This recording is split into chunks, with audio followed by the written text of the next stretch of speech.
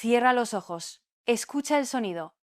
No es un aplauso, es el silencio absoluto de 1000 personas conteniendo la respiración. Es el sonido de una humillación pública y acaba de sucederle a Meghan Markle. Quédate y te mostraremos el momento exacto en que el cuento de hadas se convirtió en una pesadilla. Sucedió como lo hacen todos los desastres reales, silenciosamente detrás de puertas cerradas. Solo que esta vez las puertas estaban abiertas de par en par y el mundo entero estaba observando. El príncipe Harry, de pie en un escenario pulido, pronunciaba un discurso. Su voz era firme, las palabras cuidadosamente ensayadas, un eco distante de la formalidad que una vez fue su vida. El aire en la sala era denso, pero no de celebración. Era frío, controlado, calculado. Cada ojo estaba fijo en él, el hijo pródigo, el príncipe en un exilio autoimpuesto, aún comerciando con el brillo de un título que oficialmente ya no ejerce. Pero en el universo de la realeza la atención es una moneda, y esa noche alguien decidió que la deuda estaba vencida y que el pago debía ser inmediato. Sin previo aviso, sin una señal del protocolo que ella misma desprecia pero que intenta manipular, Meghan Markle irrumpió en el escenario. No caminó, se deslizó, con una confianza que bordeaba la agresión, una sonrisa de acero fija en su rostro, cada músculo afinado para la cámara. La audiencia contuvo la respiración, un movimiento audaz, un golpe de estado en miniatura, diseñado para reclamar el centro de atención que ella cree que le corresponde por derecho divino de Hollywood. Se acercó a Harry, colocando una mano en su espalda, un gesto íntimo que en el pasado había sido la señal inequívoca, el comando silencioso: apártate, es mi turno. El mundo, condicionado por años de observar esta dinámica, esperaba que Harry, como siempre, cediera, que le entregara el micrófono y retrocediera a la sombra de su esposa, el obediente consorte de su nueva reina. Pero esa noche algo había cambiado. La mano de Harry, que sostenía el micrófono, se tensó, sus nudillos se pusieron blancos. No se giró, no sonrió. Continuó hablando, su voz sin vacilar, ignorando la mano en su espalda, ignorando a la mujer a su lado como si fuera un fantasma. Fue un rechazo tan pequeño, tan silencioso, que podría haberse pasado por alto, pero en la sala fue como el estallido de un cañón. El protocolo Windsor no está escrito en papel, está grabado en gestos, en pausas, en miradas. Y lo que todos presenciaron no fue un error, fue una violación, una rebelión. En ese instante, la dinámica de poder que había definido su relación durante años se invirtió ante miles de testigos. La sonrisa de Meghan vaciló por una fracción de segundo, una microexpresión de pánico puro. Y entonces la respuesta del público selló su destino. No hubo aplausos, ni siquiera un murmullo cortés, solo un silencio. Un silencio helado, pesado y absoluto, que cayó sobre la sala como un sudario. Era el sonido de la indiferencia, y en el mundo del espectáculo y la realeza, la indiferencia es la forma más brutal de ejecución. Lo que la gente vio no fue un simple momento incómodo. Fue la primera grieta visible en un cuento de hadas que comenzaba a desmoronarse, la prueba irrefutable de que incluso en la soleada California, el largo y frío invierno de Windsor puede llegar para reclamar lo que es suyo. La fachada, tan cuidadosamente construida, se había hecho añicos. El silencio se alargó, volviéndose denso, insoportable. Cada segundo que pasaba era un juicio en sí mismo, un veredicto silencioso pronunciado por un jurado de extraños. Meghan permaneció allí, congelada junto a su esposo, su sonrisa ahora una máscara grotesca que apenas ocultaba la creciente humillación. Esperaba una señal, un aplauso solitario, un carraspeo, cualquier cosa que rompiera el hechizo de rechazo que la envolvía como una mortaja. Pero no llegó nada. El público no era hostil, era algo mucho peor, algo que ninguna estrategia de relaciones públicas puede combatir, era un muro de impasibilidad.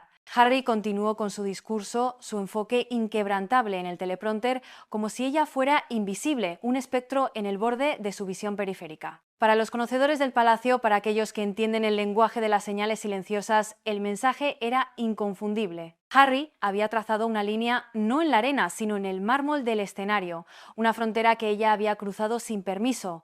Finalmente, la fría y dura realidad la golpeó, no iba a haber rescate. Su coprotagonista la había abandonado en medio de la escena. Con una rigidez que traicionaba su pánico interno, dio un paso atrás, luego otro, La retirada desde el centro del escenario hasta el margen no fue un paseo de unos pocos metros, fue un exilio simbólico, una caminata de la vergüenza presenciada por el mundo. Cada paso parecía una concesión, un reconocimiento silencioso de que había calculado mal, de que había apostado todo a una jugada y había perdido de forma espectacular. Los observadores describieron más tarde el aire como gélido. Era la atmósfera que se respira cuando todos en una habitación saben que algo terrible ha ocurrido, pero nadie se atreve a reconocerlo en voz alta. Su salida no estaba en el guión, y su torpeza lo demostraba. No fue una retirada elegante, sino la huida de alguien que ha sobreestimado su poder. Al llegar al borde del escenario, se quedó de pie, intentando recuperar la compostura, pero el daño ya estaba hecho. Había buscado ser el centro de la narrativa y por un momento lo consiguió, pero no como la heroína triunfante, sino como la intrusa rechazada. El silencio del público no fue el final de su humillación, fue solo el comienzo. Porque lo que ocurre en público bajo las luces es solo un ensayo de las batallas mucho más crueles que se libran silenciosamente detrás de puertas cerradas. La corona tiene una memoria larga y no perdona a quienes intentan reescribir sus reglas. Meghan acababa de declararle la guerra a la tradición, y la tradición esa noche le había devuelto el golpe con un silencio ensordecedor. A la mañana siguiente, el silencio atronador del evento se había evaporado, al menos en la narrativa oficial, la única que el palacio reconoce. Sucedió como siempre ocurre con los desastres de la monarquía. La maquinaria de control de daños, fría y eficiente, se puso en marcha. Los principales medios de comunicación, aquellos vinculados por décadas de acceso privilegiado, no emitieron las imágenes sin editar. En su lugar, el mundo se despertó con fotografías brillantes y cuidadosamente seleccionadas.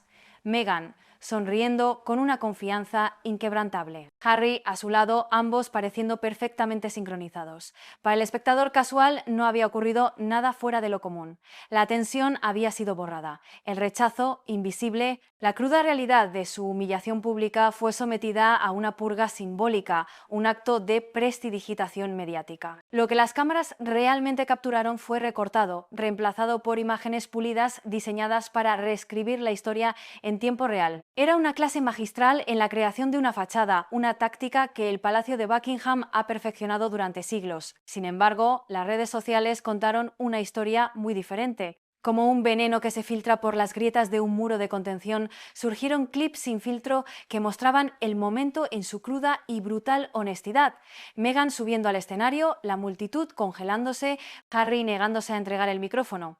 Estos breves vídeos, grabados desde ángulos de aficionado, se extendieron como la pólvora, acumulando millones de visitas en cuestión de horas. El contraste era imposible de ignorar.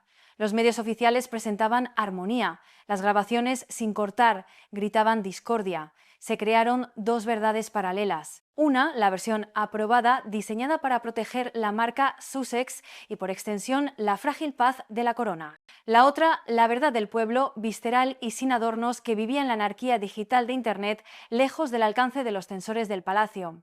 Los críticos acusaron a los medios de proteger la reputación de Meghan, de actuar como cómplices en el encubrimiento de una caída en desgracia. Sus partidarios argumentaron que el silencio fue exagerado, una mala interpretación del lenguaje corporal por parte de una prensa hostil. Pero el hecho persistía. La verdad se había dividido en dos, y esta fractura reveló una pregunta inquietante que resuena en los pasillos de Clarence House y el Palacio de Kensington. Si este momento fue reescrito tan descaradamente, ¿cuántos otros han sido ocultados a la vista? La respuesta es que no se trataba de un solo discurso, se trataba de control. El control sobre la narrativa, sobre la percepción y, en última instancia, sobre la historia misma. Una guerra silenciosa donde la realidad es la primera víctima. Para entender la negativa de Harry hay que mirar más allá del micrófono. Ese objeto se convirtió en un símbolo, el cetro de poder en su pequeño reino de dos. Un reino construido sobre las ruinas de su antigua vida. Durante años el mundo vio a Harry como el hombre que se doblegaba para proteger a Meghan, el príncipe que renunció a su familia, su país y su deber para que ella pudiera brillar. Pero en ese instante, frente a miles de personas, trazó una frontera. No fue un acto de despecho, fue un acto de resistencia. Una declaración silenciosa de que algo dentro de él algo primordial y largamente suprimido, había llegado a un punto de quiebre. Fuentes cercanas al palacio, las mismas que han observado el lento desgaste de la institución durante décadas, susurran que este no fue un incidente aislado. Fue la culminación de una creciente frustración, la erupción de un volcán latente. Harry, el soldado, el príncipe nacido en el corazón mismo de la institución, estaba presenciando cómo su propia identidad se erosionaba, reemplazada por una versión de sí mismo que apenas reconocía. La negativa a ceder el micrófono fue más que un cambio en su matrimonio. Fue una señal de un realineamiento interno, un despertar. ¿Estaba empezando a elegir la corona por encima de su esposa? ¿O simplemente estaba cansado de ser eclipsado, de ser un actor secundario en el guión de su propia vida? La verdad, como siempre, es más compleja y está escrita en sangre. El fantasma de Diana, la mujer que no pudieron proteger, planea sobre cada acción de sus hijos. Diana luchó y fue consumida por la institución, pero nunca perdió su esencia, nunca permitió que la borraran. Harry, al parecer, estaba sintiendo el peso de esa misma lucha existencial. La sangre real no es solo un título, es una herencia, una carga y una identidad indeleble. Esa noche el príncipe pareció recordar quién era. No solo el esposo de Meghan Markle, el productor de Hollywood, el activista de California. Este era el capitán Wells del ejército británico. Este era el príncipe Harry de Windsor, y por primera vez en mucho tiempo actuó como tal. Las grietas que aparecieron en el escenario no eran solo entre marido y mujer, eran las grietas tectónicas de un hombre atrapado entre dos mundos, forzado finalmente a elegir entre la mujer que amaba y la sangre que corre, inmutable por sus venas. Lejos de las cámaras, donde las sonrisas se desvanecen y las verdades incómodas emergen, la lucha de poder más feroz no es por los micrófonos, sino por el futuro de la línea de sangre.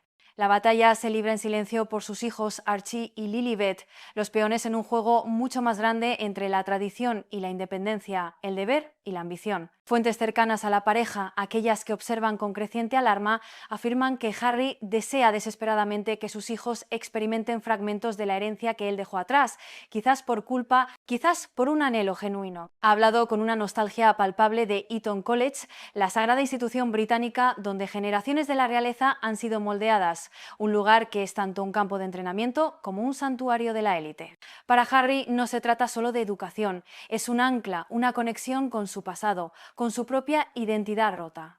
Imagina a Archie caminando por los mismos pasillos que él y su hermano William una vez recorrieron, un puente sobre las aguas turbulentas que ahora los separan. Es un deseo de continuidad, un intento desesperado de tejer un hilo de su antigua vida en la nueva. Meghan, sin embargo, no comparte esta visión. Según los informes, no tiene ningún interés en que sus hijos regresen al Reino Unido, un país que ella ve como la fuente de su trauma. Prefiere criarlos en su jaula dorada de California, lejos de la rigidez y el escrutinio del protocolo real que ella tanto desprecia.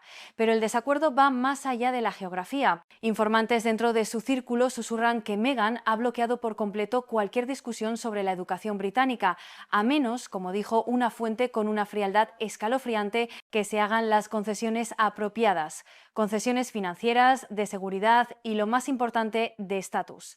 Para muchos esto no parece una negociación, sino un chantaje.